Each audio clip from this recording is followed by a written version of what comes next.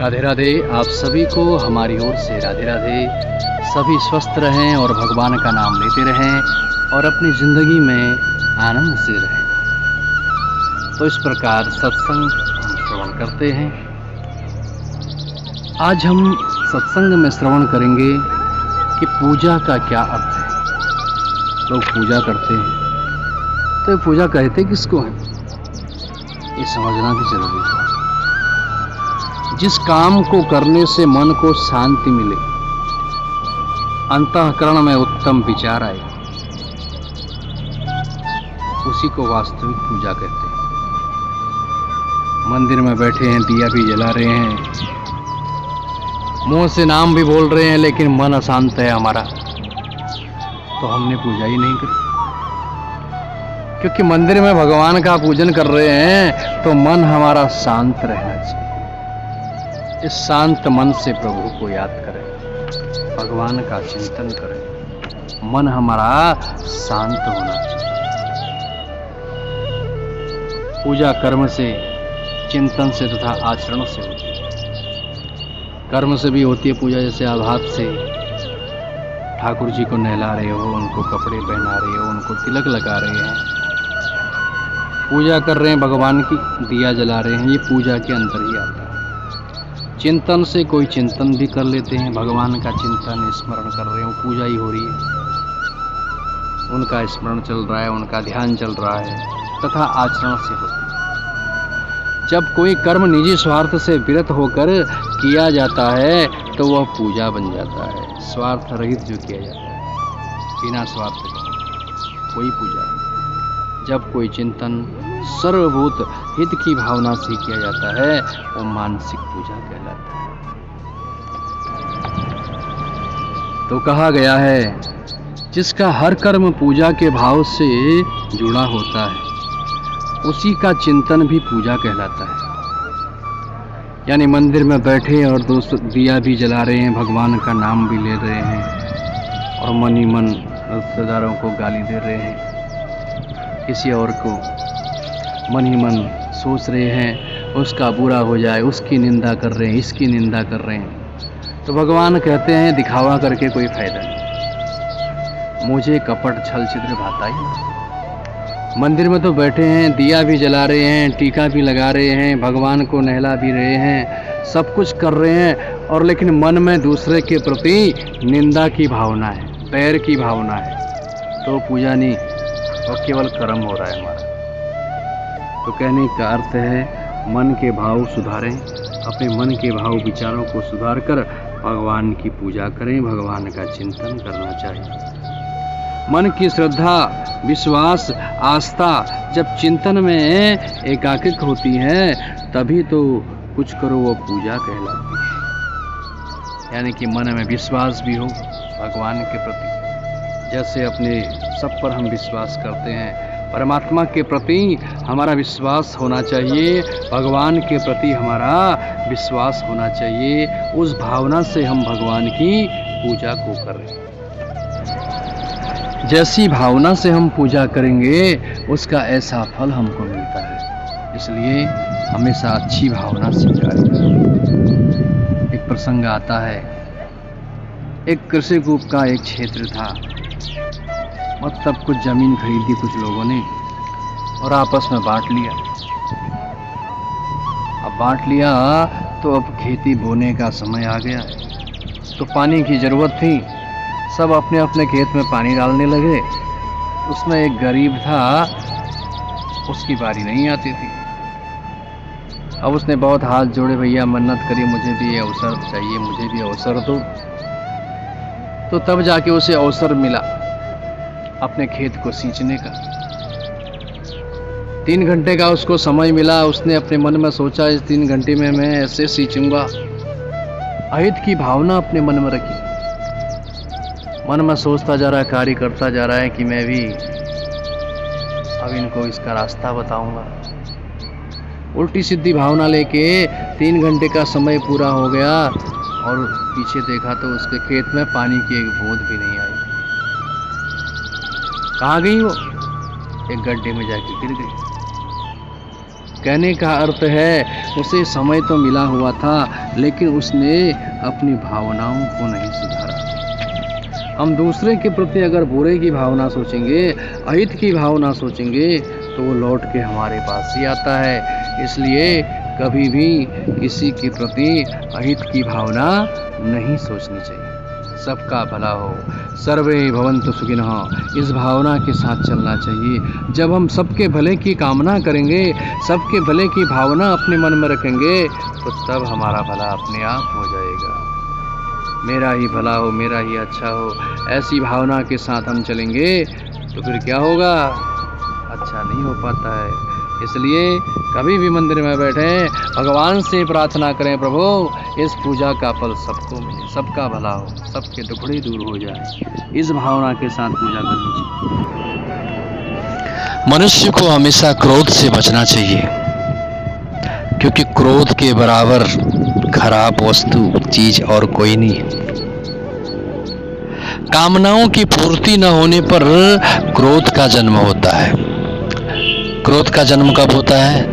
जब हम अपनी कामनाओं को बढ़ाते हैं, हम ये करेंगे, हम वो करेंगे, हमने अपने मन में कामनाएं बढ़ाई, अगर उनकी पूर्ति नहीं हुई तो फिर क्रोध उत्पन्न होता है। क्रोधात् भवति सम्मोहात्, सम्मोहात् स्मृति विभ्रमः, स्मृति भ्रंशात् बुद्धिनाशो, बुद्धिनाशात् प्रणश्यति।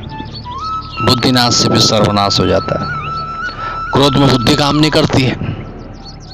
इसलिए जब क्रोध आता है उस समय किसी से कुछ बोलो नहीं, शांत रहें, क्योंकि क्रोध मनोविकारों से अधिक ग्रस्त रहने पर क्रोध करने का स्वभाव बन जाता है। क्रोध की वजह से बड़े बड़े रिश्ते खराब हो जाते हैं। कोई क्रोध में अपनी मन की बात नहीं कहता है, वो तो दूसरे का हृदय दुखाता है। क्रोध में कुछ ऐसे शब्द बोले जाते हैं जिससे दूसरों का हृदय दुखता है। इसलिए जिंदगी में कभी क्रोध ना करें। अहम को अधिक महत्व देने से यह बढ़ता है। अपने को जब बड़ा मानते ना, मैं बड़ा हूँ, मैं ये कर रहा हूँ, मैं परिवार को पाल रहा हूँ, मैं ये सब कर रहा हूँ, अहम भावना जहाँ आती है वहाँ फिर क्रोध को बढ़ावा मिलता है। हम कौन है, क्या करने वाले? हमें दूसरे बड़ा माने जैसा अहम के विपरीत कुछ भी थोड़ा होने पर क्रोध आता है। कुछ लोगों को अपनी बड़ाई अपने मुंह से करने की आदत होती है। मैं ऐसा हूँ, मैं ये हूँ, मैं ये करता हूँ, मैं इतना अच्छा हूँ, लेकिन उसे बड़ाई नहीं करते। अपनी बड़ाई अपने आप नहीं की जाती है। जब हम अच्छे हैं तो समाज हमको अच्छा कहेगा, लोग हमें अच्छा कहेंगे। स्वार्थ और असफलता से क्रोध का पोषण होता है। क्रोध से दिशाहीनता आती है, यानी कि हम अपने लक्ष्य को से भटक जाएंगे क्रोध करने से, जिससे लक्ष्य बड़ा ही दूर चला जाता है। अपने पास आने वाले को अग्नि जलाती है, परंतु क्रोधाग्नि तो पूरे परिवार को ही जला देती है। क्रोध से बड़े बड़े परिवार के दिशा बदल जाती है, बिगड़ जाती है क्रोध से। इसलिए अपने जिंदगी में क्रोध को बस में करें। श्रीमद् भगवद गीता में भगवान श्री कृष्ण कहते हैं, क्रोध से बुद्धि नष्ट हो जाती है। बुद्धि विनष्ट होने पर प्राणी स्वयं ही समाप्त हो जाता है। जिस प्रकार वर्षा ऋतु में धूल विलुप्त हो जाती है, उसी प्रकार क्रोध आने से अंतःकरण के समस्त सद्गुण शून्य हो जाते हैं। क्रोध से ज्ञान का भी नाश हो जाता है। इसलिए क्रोध को भस्म करना है। क्रोध सदा अनुचित व्यवहार करता है, यह मन का दीप बुझा देता है। इसका समापन पश्चाताप पर होता है। कई बार देखा जाता है व्यक्ति क्रोध वेश में परिवार के छोटे सदस्यों को मारने पीटने लगता है। क्रोध में उन्हें प्रताड़ित करता है, घर की मूल्यवान वस्तुओं को नष्ट करने लग जाता है। क्रोध आ जाता है जब उसको। लेकिन जब उसका क्रोध शांत हो जाता है तो वो विचार करता है कि मैंने जो किया गलत किया, फिर पछताता है। फिर पछताने से कोई फायदा नहीं। इसलिए क्रोध को वश में करें। सबसे खराब जो कहा गया इस क्रोध को ही कहा गया है। इसलिए कहा गया है कि क्रोध का समापन पश्चाताप पर होता है। यानी पहले क्रोध कर लिया, खूब लड़ाई झगड़ा कर ली, घर के महंगे महंगे बर्तन फोड़ दिए, रुपये पैसे बर्बाद कर दिए, लेकिन जब क्रोध शांत होता है फिर पछताना पड़ता है, भैया मैंने ऐसा क्यों किया होगा, ऐसा क्यों किया होगा। इसलिए पहले ही सावधान रहें। विष्णु पुराण में उल्लेखित है, क्रोध मनुष्य के कष्ट से संचित यश तथा तपस्या का प्रबल नाशक है। शत्रु के लिए जलाई गई क्रोध की अग्नि प्रायः स्वयं को ही अधिक जलाती। हम क्रोध करते हैं ना दूसरों के प्रति, खुद वो अंदर ही अंदर जलता है, अंदर ही अंदर परेशान रहता है। इसलिए क्रोध को वश में रखें और हमेशा मुस्कुराते रहें, प्रेम से रहें संसार में। एक बार क्रोध करने पर कई दिन की संचित जीवनी शक्ति समाप्त हो जाती है। कितना बड़ा भयंकर है क्रोध। क्रोध को वश में करें। क्रोध जितना करते हैं उतना ही बढ़ता जाता है। इसको संयम करना पड़ेगा। नहीं, हमको तो गुस्सा होने की आदत है, हम तो क्रोधी स्वभाव के हैं। अरे भैया, अपना स्वभाव सुधारो। कौन क्या स्वभाव, क्रोधी स्वभाव के हैं तो ठीक बनो, शांत स्वभाव के बनो, कोशिश करो। जितना क्रोध करेंगे उतना ही वो क्रोध फिर बढ़ता ही जाता है। स्वभाव सुधारना हमारे हाथ में है। कोई कहते हैं हमको तो बस बात बात पर क्रोध आ जाता है, क्रोध हम गुस्से में कुछ देखते ही नहीं। अरे भैया, मन को शांत करो। क्यों नहीं देखते हो? देखा करें, शांत रहा करें। इसलिए क्रोध को वश में करें। महात्मा बुद्ध कहते हैं, क्रोध को अक्रोध से जीता जाना चाहिए।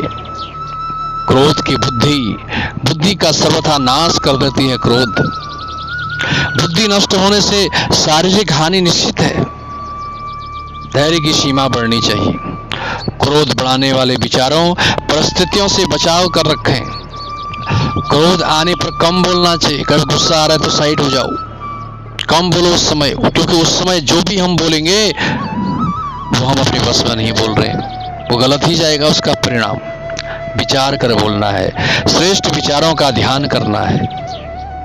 काम एष क्रोध एष रजोगुण समुद्भव। भगवान कहते हैं गीता में, काम और क्रोध इससे बच के रहना। भगवान गीता में कहते हैं अर्जुन से, हे पार्थ, काम और क्रोध की उत्पत्ति रजोगुण से होती है। इनकी भूख की कोई सीमा नहीं रहती है। ये पाप कर्मों में प्रवृत्त करने वाले हैं। इसलिए तू इन्हें अपना बैरी जान, काम को, क्रोध को अपना शत्रु जैसा मानो।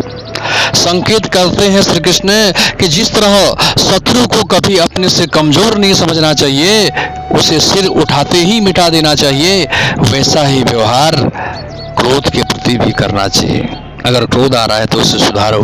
क्यों आ रहा है हमें इतना क्रोध? संयम से इसको वश में करें। मानव काया में अद्भुत शक्ति सामर्थ्य भरी पड़ी हुई है, और भगवत का ध्यान करें, भगवान का स्मरण, भगवान का चिंतन हमेशा करते रहना चाहिए। अच्छे लोगों का संग करें। इस सृष्टि में संतों का कभी अभाव नहीं रहा है। हर युग में संत रहे हैं, पर उन तक पहुंचने वाले का सदैव ही अभाव रहा है। संतों के समीप पहुंचना भी कभी संभव नहीं होता है। ऐसी बातें सुनने का मन नहीं करता है लोगों का। सुनना चाहिए, सत्संग की बातें श्रवण करो, ये ज्ञान की बातें, ये हमारे काम की बातें हैं। इन बातों से जीवन अच्छा चलेगा। इसलिए सत्संग श्रवण करें अपने जीवन में। संतों के समीप अच्छे लोगों के साथ जाएं। विशेष की असीम अनुकंपा होती है जब भगवान की, ईश्वर की अनुकंपा भी तभी होती है जब व्यक्ति का हृदय छल, कपट, राग, द्वेष से मुक्त होकर निर्मल हो जाता है। हम देखें भगवान की कृपा होगी तो हम वहां जाएंगे। अरे भैया, अपने हृदय के छल को, कपट को, राग को, द्वेष को, इनको मिटाओ, तभी भगवान की भी कृपा होगी। जब मन कलुषता से मुक्त होकर स्वच्छ और निर्मल हो जाता है, तब प्रभु स्वयं संतों के रूप में प्रकट होकर अपने तक पहुंचने का मार्ग प्रशस्त करते हैं। जिस किसी ने भी एक बार निष्कपट होकर अपनी जीवन रूपी पतंग की डोर प्रभु को समर्पित कर दिया है, उसका जीवन उसी प्रकार भगवान उसका साथ देते हैं। परमात्मा साथ देते हैं। भक्ति करें, भगवान की भक्ति करें। अगर जिस प्रकार माँ अपने बच्चों की देखभाल करती है, उसी प्रकार भगवान भी अपने भक्त की देखभाल करते हैं। एक बार भक्त बनकर तो देखें, भगवान की भक्ति कर कर तो देखें, भगवान अपने भक्त का साथ देते हैं।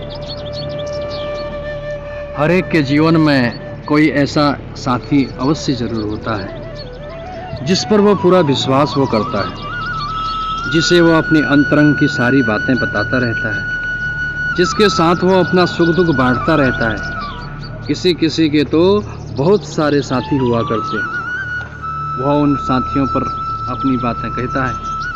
साथी मिलते हैं और बनते हैं, बिछुड़ते भी रहते हैं। लोग बहुत सारे साथी बनाते हैं अपने, वो साथी जब बिछुड़ जाते हैं, छूट जाते हैं, तो फिर बाद में बड़ा दुख होता है। लेकिन सबसे अच्छे साथी तो हमारे परमात्मा है, दाता एक राम भिखारी सारी दुनिया, जो सबको देने वाले हैं, सबका भरण पोषण करने वाले हैं।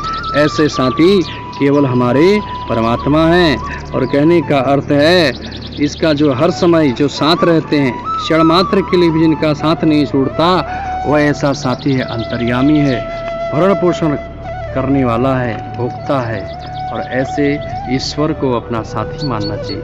ज्ञानी जन, साधुजन, भक्तजन संसारियों को नहीं, भगवान को ही अपना साथी मानते हैं, क्योंकि संसार के साथी तो स्वार्थ से बनते हैं। आपके पास पैसा है, खिलाने पिलाने के लिए बहुत कुछ है, तो आपको दोस्त बनाने की ज़रूरत नहीं है।